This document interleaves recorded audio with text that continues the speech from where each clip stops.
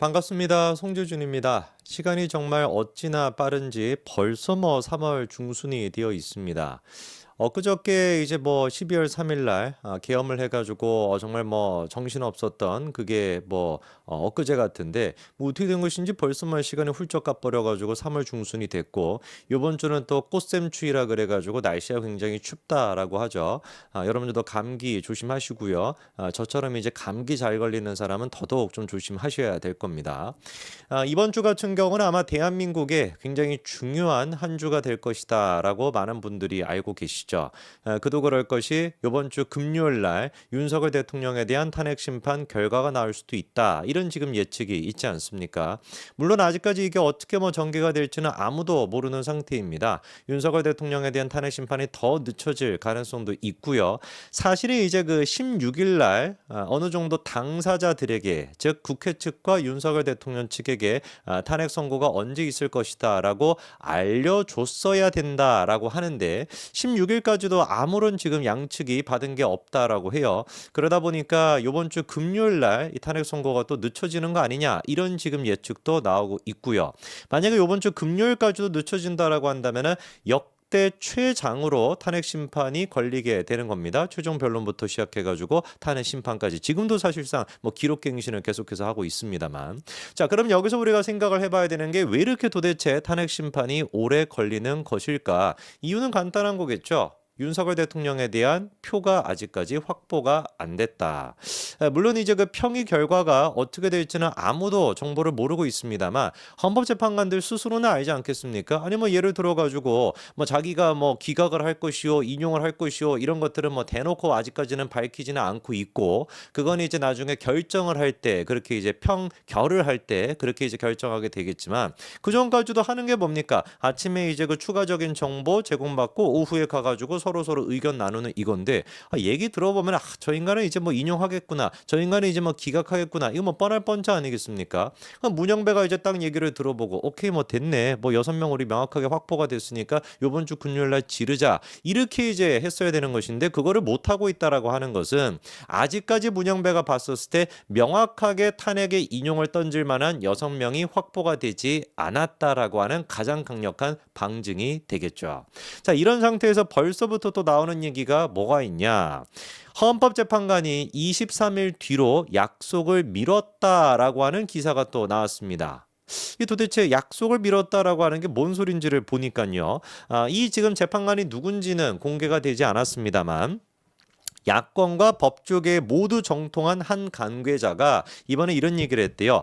A 재판관이 약속을 취소했다라는 거예요. 그러니까 이제 자기 지인과 만나기로 이제 그 날짜를 갖다가 23일로 해놨는데 그 23일 날짜를 갖다가 이제 13일로 원래 해놨다가 그거를 갖다가 23일 뒤에 보자라는 식으로 날짜를 미뤘다라는 겁니다. 자 그러면 어떤 느낌인지 대충 좀 아시겠죠, 그렇죠? 원래는 이제 13일로 예약이 되어 있었는데 그 선약을 갖다가 취소하고 우리 이번엔 좀 보기가 힘들 것 같으니까 23일 뒤로 좀 날짜를 미루십시다 라는 식으로 그 재판관이 지인한테 얘기를 했대요.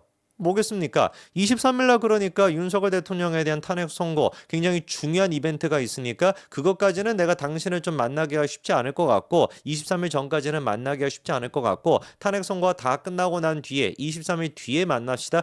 이런 식으로 지금 얘기를 했다라는 게 야권 및 법조계에 정통하다라고 하는 한 관계자의 얘기라는 겁니다.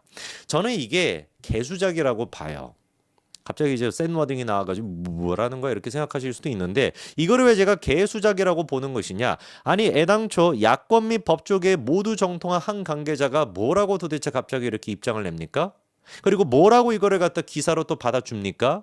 뭐라고 그리고 도대체 A 재판관이라고 하는 사람을 거론하면서 이렇게 기사가 나오겠습니까? 뻔할 뻔짜인 거겠죠. 23일 날 탄핵 선고를 하겠다라고 하는 거에 대한 밑작업을 지금 그리고 있는 것이다. 저는 그렇게밖에 보이지가 않습니다. 도대체가 저는 이 재판관이 누군지는 모르겠습니다만 예상이 되는 강력한 사람이 있죠. 그렇죠? 문슈로 시작하고 배로 끝나는 사람일 가능성이 굉장히 저는 높다라고 개인적으로 보는데 그 사람이 됐거나 누가 됐든 간에 생각을 해보십시오. 보수 쪽에 있는 지금 정영실 재판관이 됐거나 그런 사람들이 자기 지인한테 우리 좀 23일 이후로 그렇게 만납시다 이런 식으로 얘기를 했겠습니까?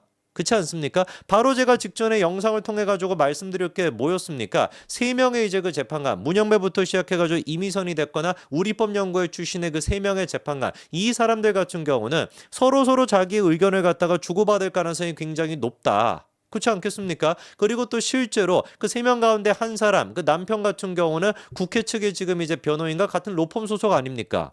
아니 그러면은 각방을 쓰는 게 아니고서야 따로 지금 이제 무슨 뭐 별거 생활을 하고 있는 게 아니고서야 자기 와이프가 헌법재판관으로서 평의를 갖다 계속해서 진행을 해. 그럼 남편이 안 물어보겠습니까? 여보 오늘 뭐 좀 어땠어? 뭐 이렇게 물어보면은 이거 무슨 뭐 또 정현 씨 재판관이 또 뭐라고 합디다. 아니면 또 뭐 또 뭐 뭐라고 합디다. 이게 얘기가 전달이 안 되겠습니까? 그러면 그 기본적인 어떤 그 헌법재판관들의 지금 평의에 대한 여론이 그 남편한테 전달이 되고 그 남편이 같은 지금 이제 로펌 소속인 국회 측 변호사한테도 전달이 될 가능성이 굉장히 높죠. 이미 그래서 우리법연구회 출신 같은 경우는 서로가 서로의 어떤 그 평의 결과를 갖다가 공유해서는 안 된다라고 하는 이 원칙은 다 깨먹은 상태로 지들끼리 다 의견을 조율하고 있을 것이다 라는 게 바로 제가 직전에 말씀드렸던 내용 아니겠습니까? 거기에다가 지금 이 재판관 같은 경우도 자기 지인한테 슬며시 얘기를 갖다가 던지는 거겠죠. 한두 번이겠냐고요. 이게 왜 하필이면 23일 이후에 보자 이런 식으로 얘기를 했겠으며 왜 하필이면 그 얘기가 이 지금 관계자 이름도 모르는 관계자를 통해 가지고 언론이 그거를 또 받아가지고 기사가 나오겠냐고요.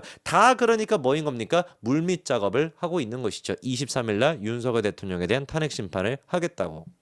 저는 헌재가 만약에 이게 지금 사실이 아니다라고 한다면 이런 식의 기사가 나온 것이 사실이 아니라고 한다면 강력하게 그 천보좌관인가 뭔가 공보관이라고 하는 애가 나와가지고 이 부분에 대해서 입장을 밝혀야 된다라고 봅니다.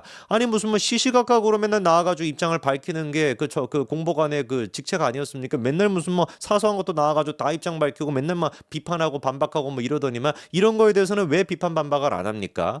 하다가 이제는 관계자라고 하는 사람을 통해서 헌법재판관이 23일 뒤로 약속을 미뤘다. 그러니까 23일 날 탄핵 심판이 있을 것이다. 이런 식의 지금 기사가 나오는 것까지 이게 지금 헌재의 수준이라는 거예요.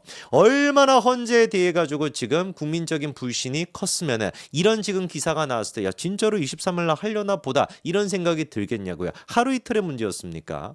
저는 그래가지고 정영실 재판관부터 시작해서 보수 쪽에 있는 재판관이 정말로 중심을 잘 잡아주셔야 된다라고 봅니다. 지금 이제 국민들이 윤석열 대통령에 대해서 탄핵을 시켜야 된다라고 생각하는 그 비율보다 헌재를 내가 불신한다라고 응답하는 비율들이 훨씬 높아요. 이게 의미하는 게 뭐겠습니까? 윤석열 대통령을 탄핵시켜야 돼. 윤석열 대통령 잘못됐어. 라고 생각하는 사람조차도 헌재의 지금 모습에 대해 가지고 불신하는 사람들이 국민 가운데 절반이나 된다라는 겁니다. 이거를 누구를 탓하겠습니까? 헌재가 자초한 부분이라는 거예요. 나중에 그래서 탄핵 심판 결국에 이제 그 원탁 테이블에 앉아가지고 한 명씩 번갈아 가면서 얘기하게 되지 않습니까? 1빠따가 정현식 재판관이고 두 번째가 정계선, 세 번째가 조한창, 네 번째가 김복형, 다섯 번째가 정정미 그리고 김영두, 이미선, 문영배 이 순서대로 되게 되는데 문영배랑 이미선 뭐 이 두 사람 같은 경우는 100%로 사실상 윤석열 대통령에 대한 인용 결정을 할 것 같고 정계선 같은 경우도 인용 결정을 하지 않겠습니까? 1빠따가 정현식 재판관입니다. 1빠따 정현식 재판관이 기각 결정을 내려 나는 기각합니다 라고 얘기하고 정계선이가 나는 인용합니다 라고 얘기해. 그리고 조한창과 김복형 재판관 같은 경우는 뭐일 가능성도 있어요. 충분히 기각한다라고 얘기할 가능성이 있습니다. 이렇게만 돼도 사실 게임이 끝나게 되는 거예요. 저는 그래서 정말 기대하는 게 조한창, 김복형, 김영두 재판관은 중립지대에 있는 사람인데 이 정도 되는 사람들이 소신을 밝혀야 된다. 정말 개딸들과 이런 어떤 이재명 이런 거에 굴하는 것이 아니라 자기 소신껏 헌재가 하다하다는 일정을 23일 뒤로 개인 지인과 미뤘다. 그런 내용까지도 지금 유통이 되고 공유가 돼가지고 헌재 심판이 23일이 있을 것이다. 이런 얘기가 나오는 수준이라고 한다면 헌재의 신뢰도를 회복하기 위해서라도 세 분이 정말로 양심의 목소리를 들으셔야 된다라고 말씀드리고 싶습니다. 여기까지 말씀드리겠습니다. 감사합니다.